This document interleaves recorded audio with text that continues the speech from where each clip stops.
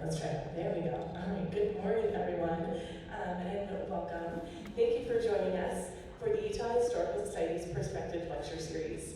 As 2025 marks the 80th anniversary of the end of World War II, today's lecture kicks off the first of a six-part series that seeks to answer the question, what was Utah's World War II experience? By examining this topic from a variety of perspectives. Today's lecture examines Utah's women and their World War II experiences, from enlisting in military service, entering the workforce in unprecedented numbers, providing countless hours of volunteer work on the home front, and becoming advocates for peace and for Jewish and Japanese American communities. Utah women contributed in vital ways to the larger war effort. Presenting this perspective today is going to be Rebekah Clark. Rebekah serves as the historical director for Better Days, a nonprofit dedicated to expanding education about Utah women's history.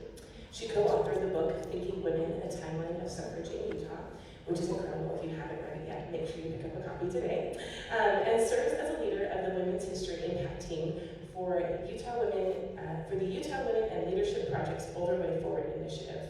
A little bit of a mouthful there. She also teaches the American Women's History course here at Utah Valley University. We would like to thank Utah Valley University for hosting us in their beautiful space today. I would now like to turn the time over to Rebekah, who will present her lecture, after which she will be able to take your questions in a Q&A. Thank you so much for being with us here today. Ladies and gentlemen, Rebekah Clark.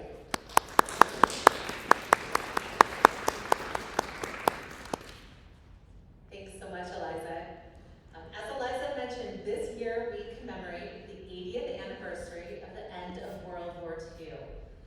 And after 80 years, that particular era in American history continues to capture and captivate both the public imagination and historians' interest, because we love learning about the complexities, right? And the dramatic changes that happened within society during that time.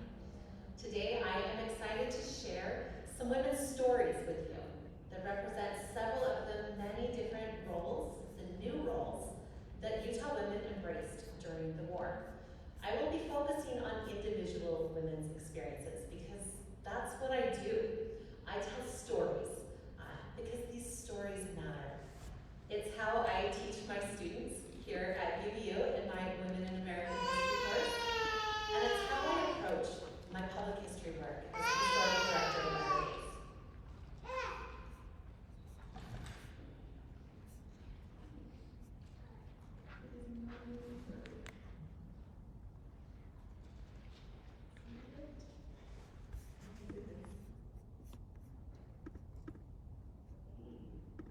Hold up just a second, guys.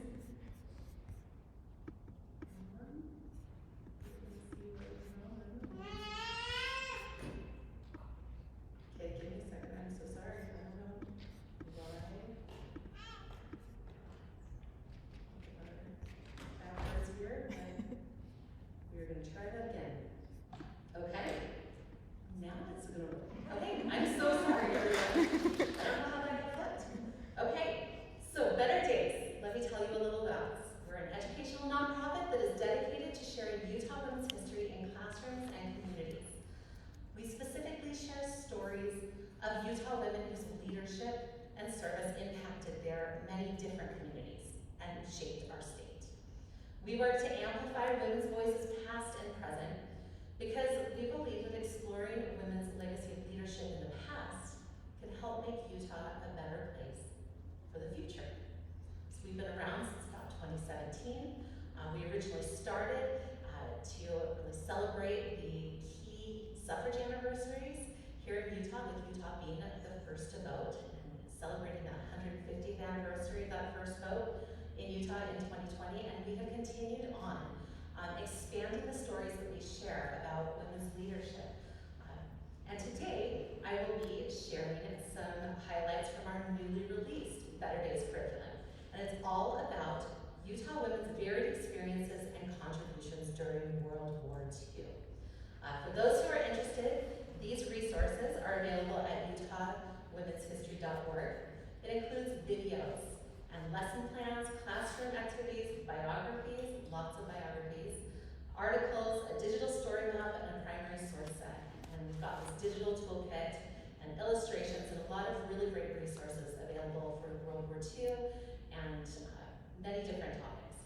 So today I want to talk about Utah's Rosies, the real women who, like the iconic mythical Rosie the Riveter, jumped into the war effort.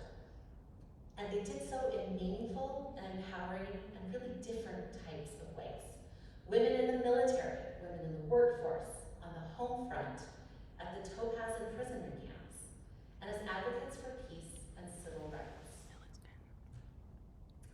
More than 350,000 women nationwide served in the Army forces during World War II. That's an unprecedented number.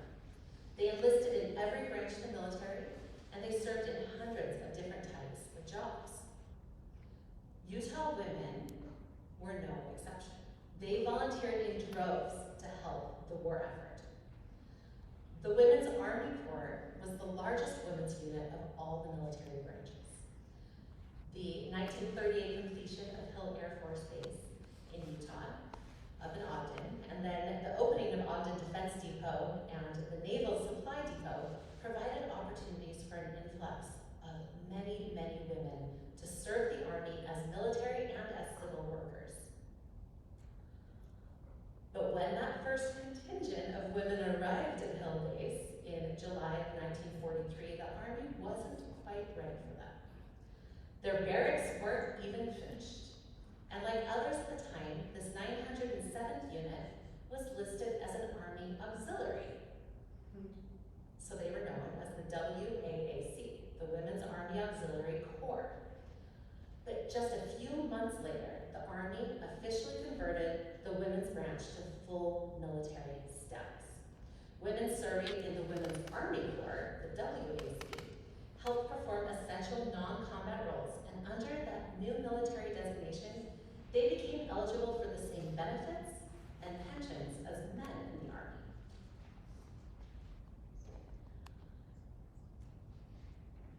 I want to introduce you to Blandina Tuero.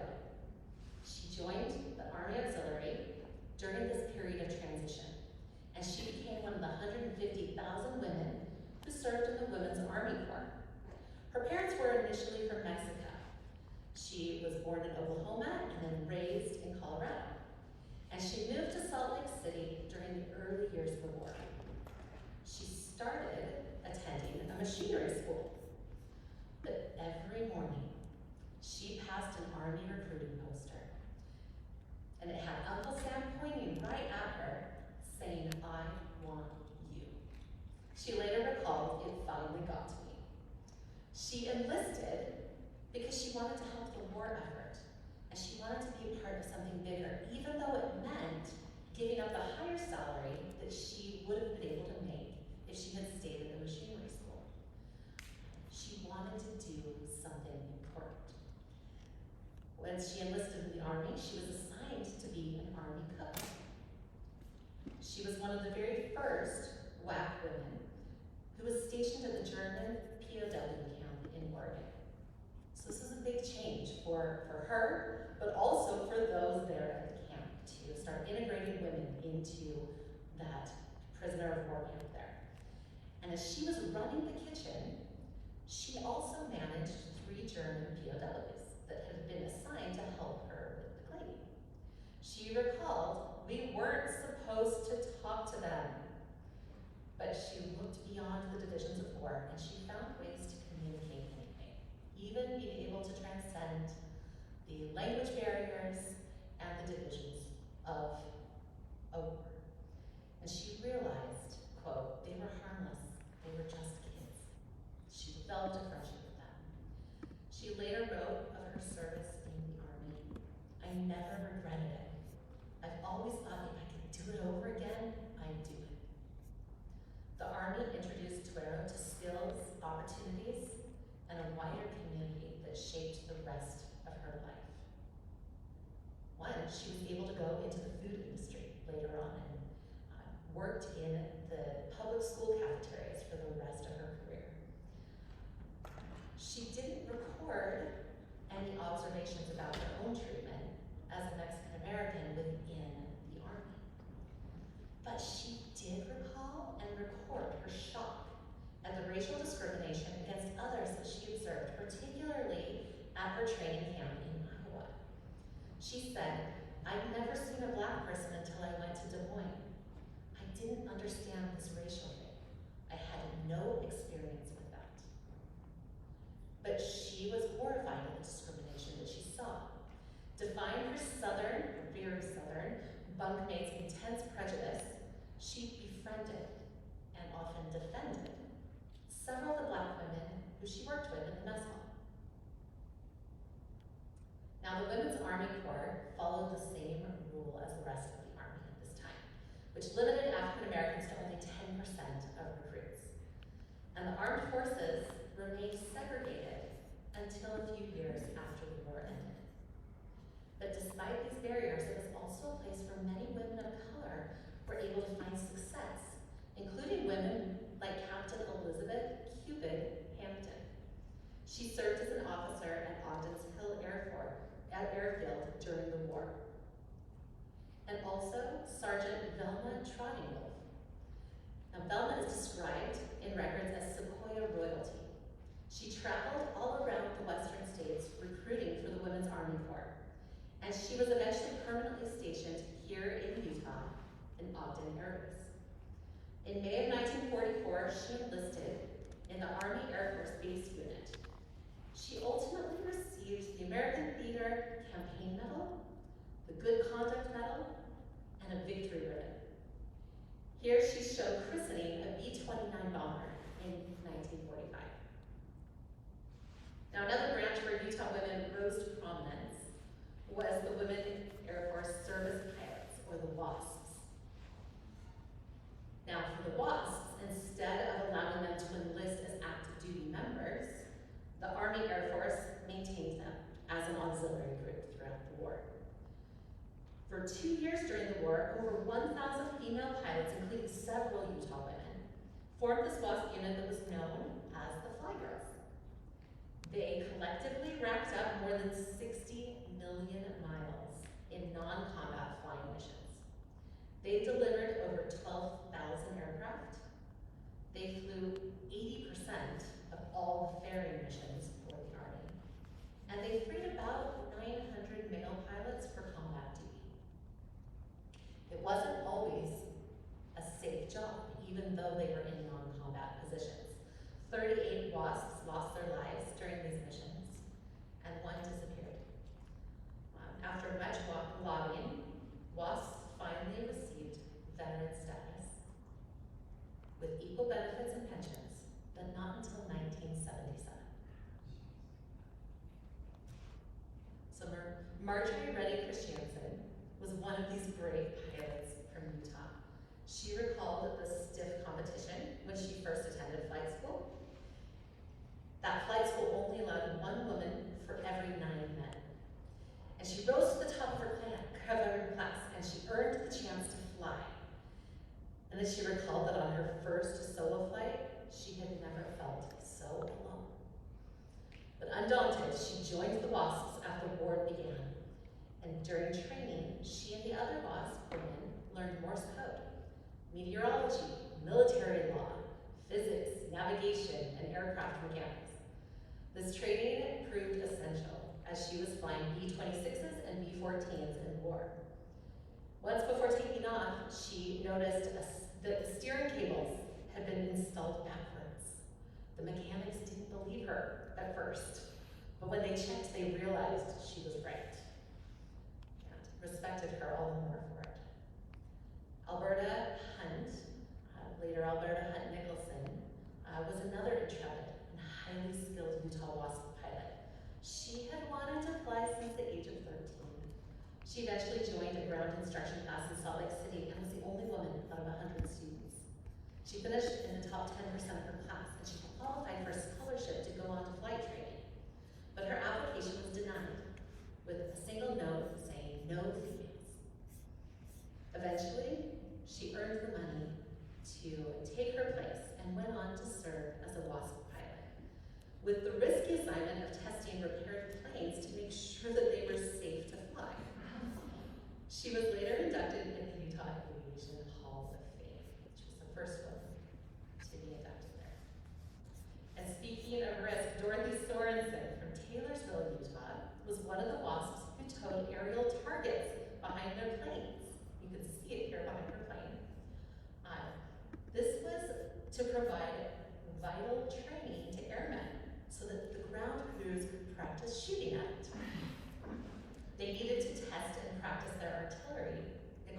for combat.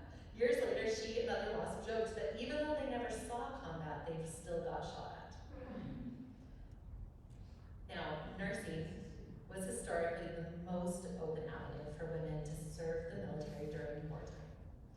During World War II, Utah women like Norma Bailey, on the right here at Bushnell Military Hospital in Brigham City, got their nursing degrees just so they could join the Army or the Navy Nurse Corps, or so they could volunteer through the Red Cross. Bailey and other nurses at Bushnell Hospital saw more than 13,000 patients over the 4 years it was open. They specialized in rehabilitation after amputation and the most severe injuries. In 1943, Bushnell became the first military hospital to regularly use penicillin, and that resulted in an unusually low death rate and also provided key research moving forward for the medical field. 18-year-old Ora Mae Sorensen, a native of Manti, Utah, had always dreamed of exotic travel, but she lived in a small town, in a remote area. She wanted high adventure. She was in her first semester at Salt Lake City Hospital when news of the attack on Pearl Harbor crackled over the radio. She immediately volunteered to join the U.S. Army Nurse Corps, and after 3 years of intense training, she was commissioned as a second lieutenant and shipped out to the South Pacific. She served as a nurse in Okinawa, and she earned a battle star for her bravery. She later explained, "We didn't dwell on the danger we were in." Utah women often join the military to have as direct an impact on the war as possible. Catherine Fabiano, for example, later recalled, "I told them I will go AWOL before I would be a secretary." Instead, she served as a flight orderly with the Navy Marines, the women accepted for voluntary emergency services. Ruth Klein from Sandy, Utah, also joined the waves, and she explained, "I just got itchy feet. As long as my brothers were in, I had to do it too." She became a gunnery specialist and trained the Navy men at the skeet shooting range. She would often challenge them to see who was a better shot when their training began. And she said they were usually quiet after that. Norma Anderson Day grew up in Monroe, Utah, and she also enlisted in the Navy with her brother and served for 2 years with the Waves as a top secret code breaker in Washington, D.C. And we don't know more about that because it was also top secret. But I love that we have code breakers here that we can pin down here in Utah as well. Now, I want to turn to women in the workforce. With the outbreak of World War II, war-related industries helped revitalize the economy in Utah after it had been hit particularly hard by the Great Depression. Utah women's roles increased in almost every area of the workforce as they stepped up to meet the growing demands of war. In 1942, the War Department approved the hiring of women to perform the tasks that had previously been reserved for male workers, such as working with sheet metal, or welding, or performing aircraft engine repairs, and working on the bomber planes. In response to social tensions over this shift, employers took great pains to emphasize how employees retained their femininity, even in this masculine work. For example, the article accompanying this fantastic photo in the center of railroad worker Ruth Olson reassured the readers that, quote, "engines hold no terrors for her as she gives a housewifely polish to the huge glass eye. Heavy gloves help her keep her nail polish intact." As men were needed in combat overseas, the resulting labor shortage propelled industries to set aside their concerns about this losing their femininity, and they started employing women at unprecedented rates. Over the course of the war, the number of women in the paid workforce more than doubled in Utah. It went from 17.6% in 1940 to 36.8% by 1944. And while these jobs weren't always directly tied to military production, they were critical to the larger war effort. One Manti newspaper explained, quote, "Many women have the idea that war work means being a Rosie the Riveter. But a woman can really do as much for her country if she takes a job as a telephone operator, works in a bank, or accepts any other type of employment, which will keep our domestic enterprises running and relieve men from war production and armed forces." These encouragements were successful. A Salt Lake Tribune article in 1943 observed, "Deftly and intelligently, women have learned to handle the intricacies of various types of machines and gadgets. It would be difficult to find any masculine field that has not been invaded by the women of today." Zola Anderson was one of the thousands of Utah women who entered the workforce during World War II. She was motivated by her patriotic duty as well as economic necessity. She worked at the Manti parachute factory.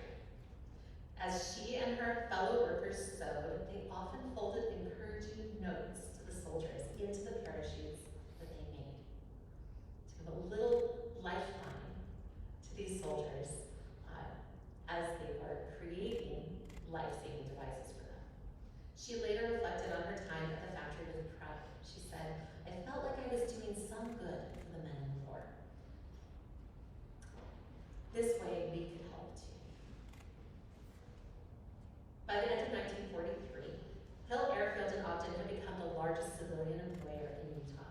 Hill's primary responsibility was to repair and provide parts for all the military aircraft in the U.S. so that they could be used again for combat.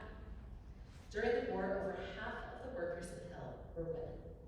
They were working in uniformed military service, as well as in roles like clerical work, aircraft maintenance, engine repair, military police, armament and munitions, welding, and military communications. When her brother went missing during his military service, Ruby Timms Price quit her job teaching in Texas, and she hopped on a troop train headed to Utah. She was hoping to become a fighter pilot so that she could go find him. She arrived at Hill and she took the exam, but as a woman, and especially as a woman of color, being a fighter pilot was not possible at that time. Undeterred, she became an embarkation specialist at Hill, and she was responsible for planning and coordinating and executing the transport of equipment, supplies, and soldiers. She volunteered at the segregated recreation center on the base as well. She helped teach literacy to the men there, and she successfully campaigned for the same recreational resources that were being offered by the WWII Rec Center. She broke down gender and racial barriers and helped forge a path toward racial integration within Utah's workforce.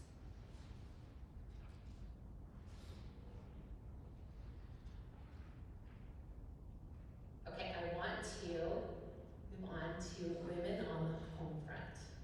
Lots of different ways that this occurs.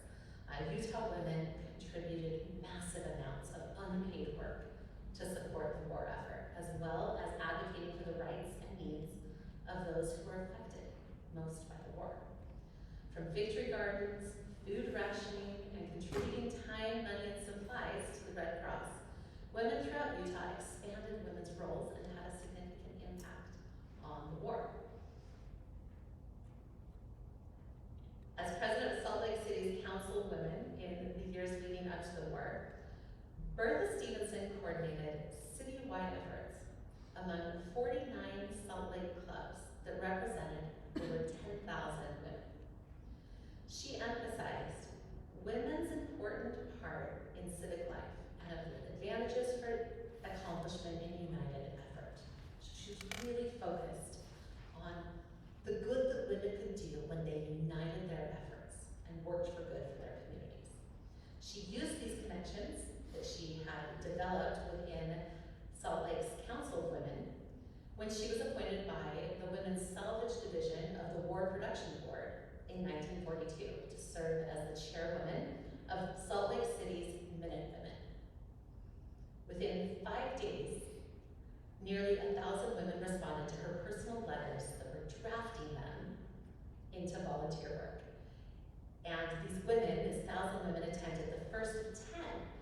her mass salvage meetings. Over the course of the war, she led thousands of Minutewomen in dozens and dozens of drives to salvage scrap metal, household fats, tin cans, rubber, nylon hose, paper, and other products that were then recycled for war production materials.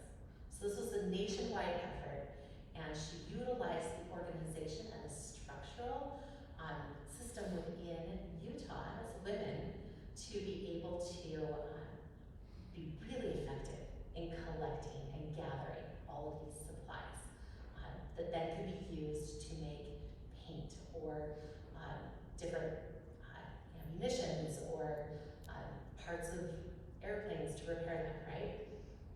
The Utahn Minutewomen collectively contributed 54 million volunteer hours to the cause during that time. Now, Maud D. Porter also believed in engaging in public service. She said it was her way of, quote, paying her rent in the world. And I love that. Seeing the influx of soldiers passing through Ogden's depot each day, she lived up in Ogden, and thousands of soldiers would be going through Union Station as they were being shipped out or restationed. So she suggested opening a Red Cross canteen there to provide free home-cooked meals to the servicemen. Her canteen at Union Station was one of the earliest and the busiest Red Cross efforts. As the chair of the canteen committee, because that's what happens if you're the one who suggests the idea, right? So as the chair for 4 years, she oversaw all the operations of this program, including baking as many as 675 cinnamon rolls, or 80 dozen rolls each day, and they served more than 1,000 soldiers a day. Under her leadership, the Ogden Canteen ultimately served over 1.6 million soldiers. They helped them feel a little bit at home during these key moments of transition. And Maud kept meticulous records of all of these things that were going on within the canteen. So we have records of how many rolls and cinnamon rolls they were baking and how many men come through each day, which makes it this really incredible source to look at now what was happening there in Ogden, Junction City. Right? Now, this is a time of immense fear and uncertainty as well within the war. And Utah women worked together to strengthen their communities and at times to speak out against social injustices. For example, in response to the persecution and genocide taking place overseas, Corinne Sweet founded and presided over the Utah chapter of the National Council of Jewish Women. She mobilized Utah's Jewish women to support Jewish soldiers who were stationed in Utah, providing home-cooked kosher and holiday meals for them. And she led efforts advocating for Jewish refugees and helping them relocate from war-torn Europe and settle here in Utah. Elise Musser also fixed her sights overseas as she became a lifelong advocate for peace and for social welfare. She was a Swiss immigrant to Utah at the age of 19, and she quickly established herself as a leader in her community and in civic service. She was fluent in 6 languages, and she was ultimately appointed by President Franklin Roosevelt as the only female delegate to the International Peace Conferences in 1936 and 1938, just before the outbreak of the war. She helped carry Utah onto the stage of national and international politics. And when those peace talks fell through and war broke out, she served as the president of the British War Relief Society in Utah. And she focused her efforts on relief for those in Russia and Belgium and Greece. But peace was illusory for many communities during the war. After the bombing of Pearl Harbor, prejudice against Japanese Americans increased dramatically. Alice Farai was only 2 years old when President Roosevelt signed the executive order authorizing the imprisonment of Americans of Japanese descent in relocation camps, including the Topaz camp near Delta, Utah. Although she was a U.S. citizen and and a young child. She was imprisoned with her family at Topaz. Her father was the cook there, and so he was able to bring food back to their living quarters so they could eat together as a family rather than in these large mess halls. Her family really tried to maintain normalcy for her as much as possible. But as she grew up and looked back on her childhood, the injustices that she experienced prompted her to later in life publicly speak out and educate people about her experience growing up in an internment camp. She settled in Ogden, and she became a powerful public speaker, as well as an advocate for the disability community, and a teacher in Ogden for almost 50 years. Okay, the last story that I want to share with you today is the story of Alice Kasai.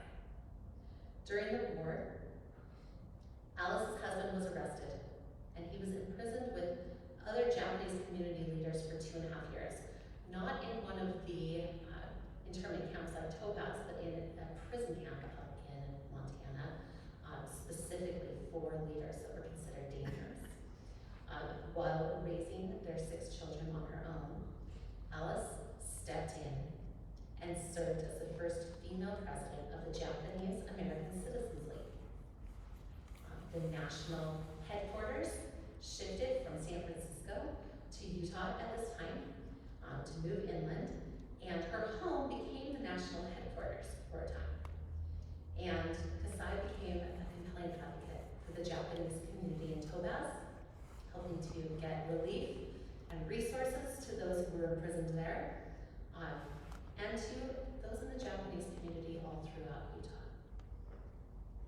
She became also a key voice in calling for national citizenship and civil rights for her community.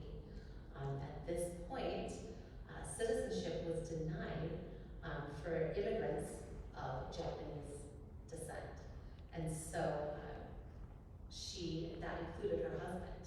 And so she really worked for those citizenship rights that then, once achieved in 1952, were able to extend suffrage rights and the other rights that come with citizenship.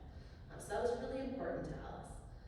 One of my favorite parts of Alice's story is her deep resilience and her forgiveness in the face of injustice. After the war, she helped establish the International Peace Garden up in Salt Lake City. She also established the Sister City Student Exchange Program between Salt Lake City and Matsumoto, Japan. Her strong belief in the unity, equality, and the quote, oneness of all humankind was her driving force behind her advocacy. Now, I started by saying that these stories matter. These women's stories matter.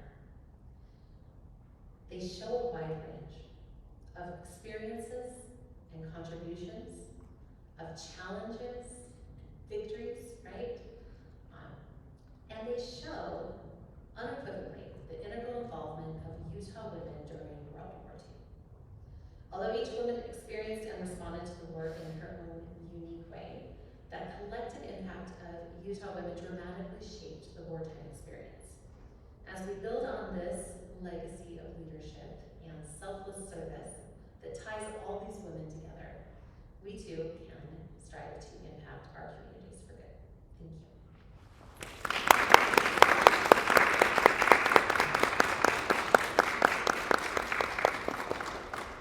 Anyone have any questions?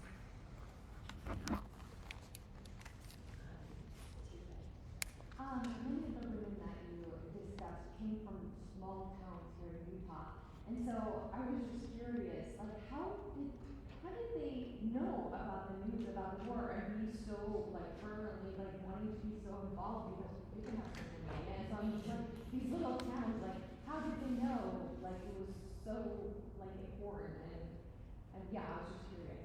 Yeah. No, that's a great question. There are a lot of women that we highlight from rural areas. We do that intentionally, but also because they have very unique experiences within war as opposed to those who are arriving on the Wasatch Front.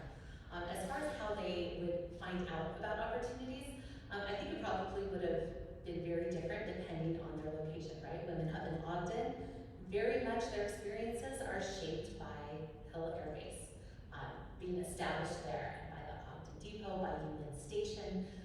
The war was right on their doorstep, right? So Ogden had been much smaller before, right?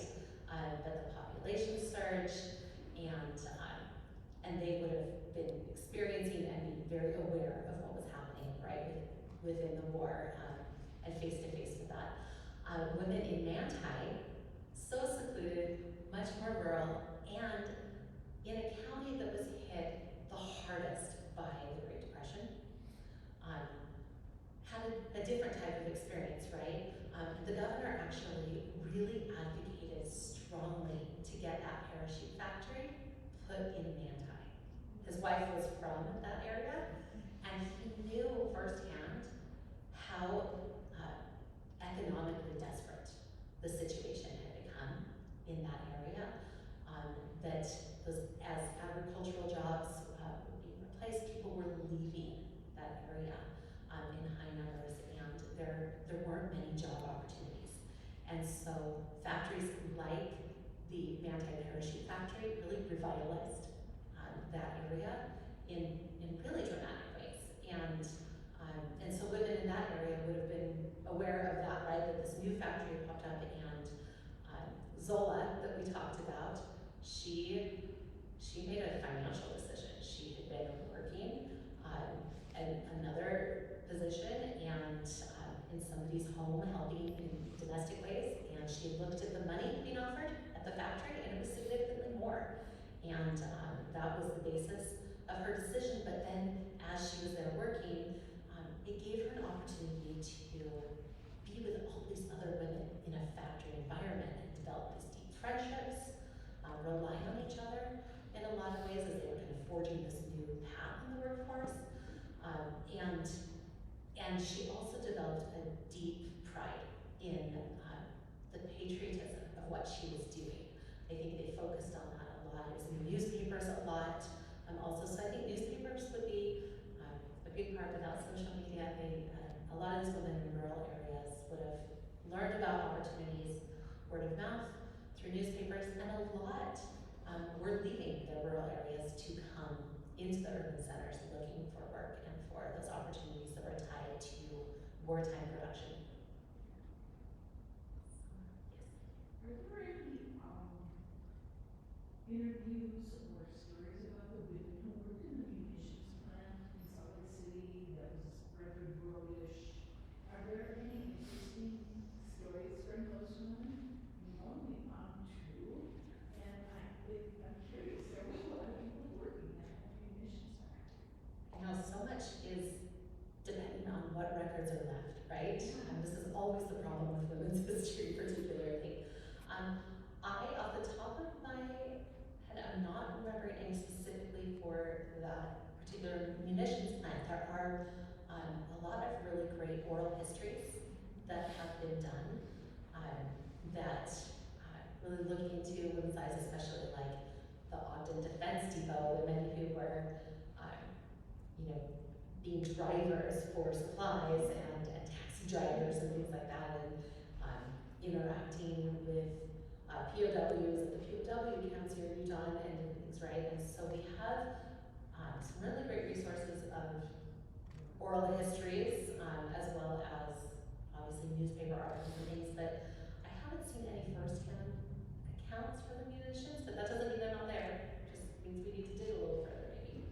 Yeah, sorry. I have a question. So you mentioned how, like after the men went off to war, the workforce, unprecedented times, moments came where I wonder though, how did that trend continue over time? Is there open and kind of just kept that way, or did it wait after the stories we had and then this space and social media society at large?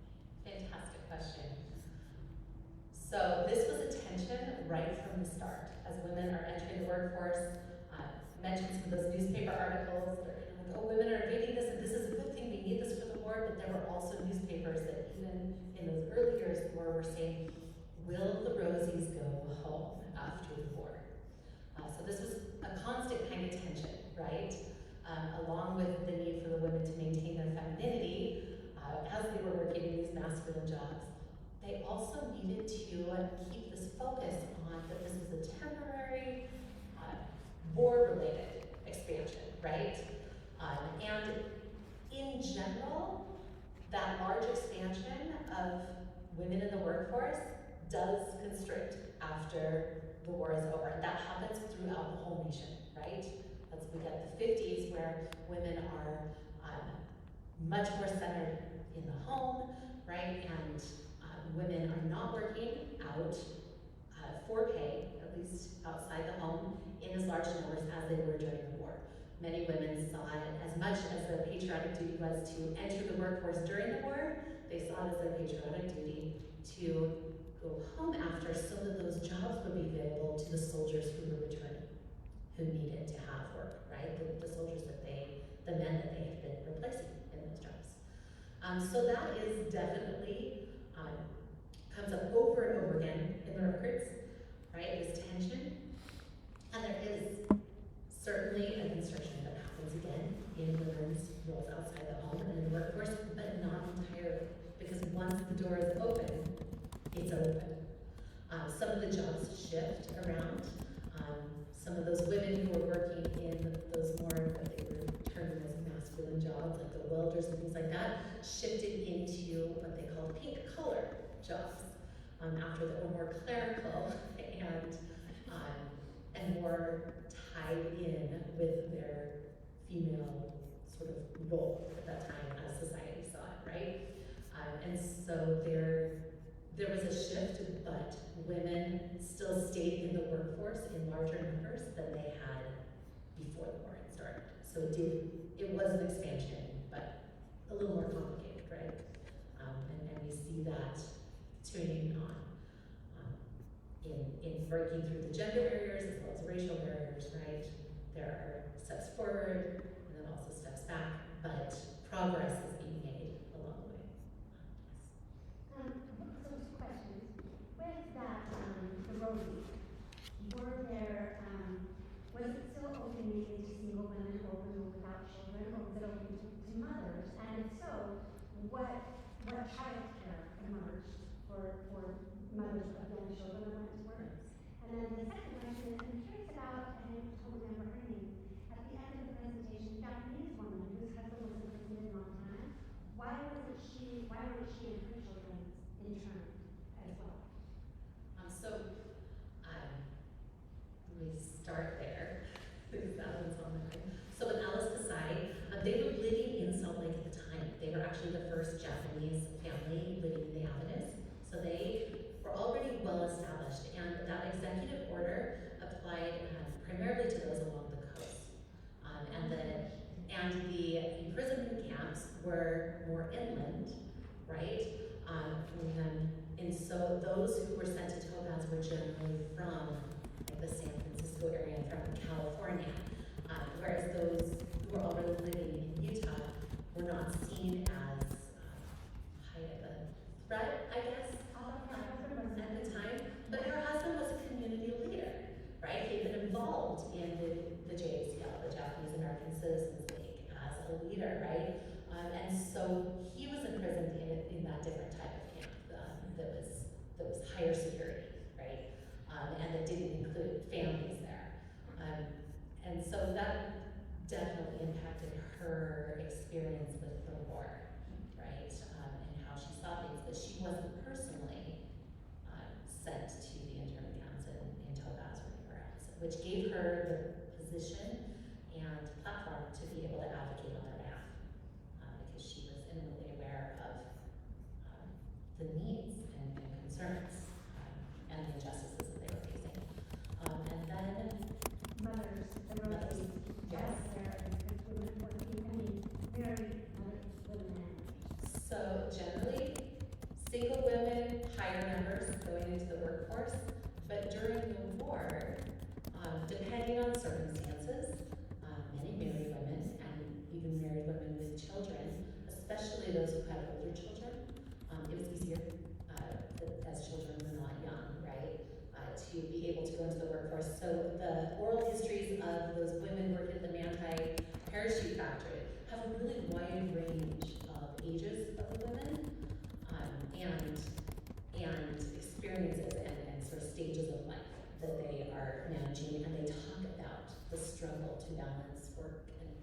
family and childcare and the need for childcare, and those opportunities and services really start emerging to provide that kind of childcare for women to enable them to be entering into the workforce. So it opens up that more as a community resourcing as well. Even women as they got older, like in Utahn, for example, the specific factory, because its insurance laws didn't allow women past 40 to work, but the owner of the factory helped the women who needed the funding and were highly trained and capable because they had been working at the factory for a while before this started. And so they set up a parallel organization that worked for them, and they would have some of the supplies sent to them from the factory, and they would work on those and then get them back. And so there's this kind of symbiotic relationship that they developed to meet individual women's different needs, which was, I think, really cool.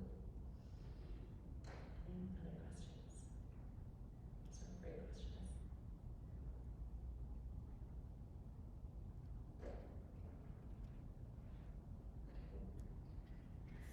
So quick to know.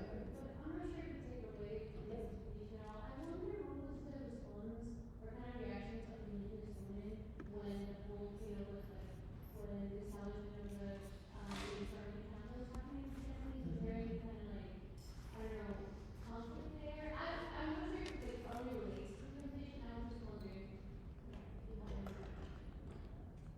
So conflict indigenous women, specifically about the sort of influx of Japanese people of Japanese descent coming into Or Utah. also like the decision of creating internment camp close to the reservation.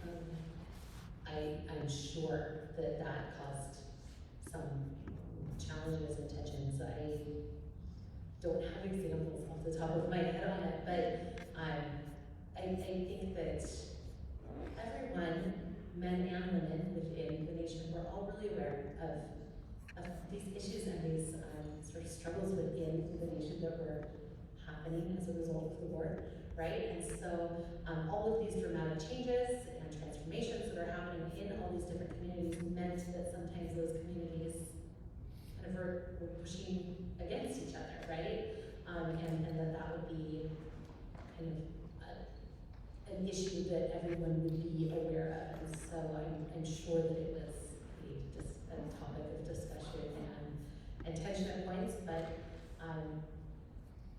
those who were in the camp sort of had, and especially once they left and many settled in Utah, because they had lost everything in their homes in California and other locations, right? Many settled here in Utah, and again, like some tensions there, but also some really great examples of communities coming together and trying to sort of provide some restitution, at least socially, for those who had gone through this. There were many who stepped in from the more mainstream community who tried to help those while they were in Topaz, and then while they were, after they left and had to restart their lives. So lots of really complicated issues that happen around the experiences of Topaz. That's like a whole lecture in itself. Thank you guys. Thank you all for being here today. Appreciate it. Thanks for talking about World War II with us. I love this era of history, like I said, because of the dramatic changes and complexities. It gives us a lot of areas to really dive into as historians, and it reflects a lot about our own society, I think, and our own lives as we go through difficult times and struggles, right? That we can learn a lot from these women's lives and these women's stories. So thanks for being here.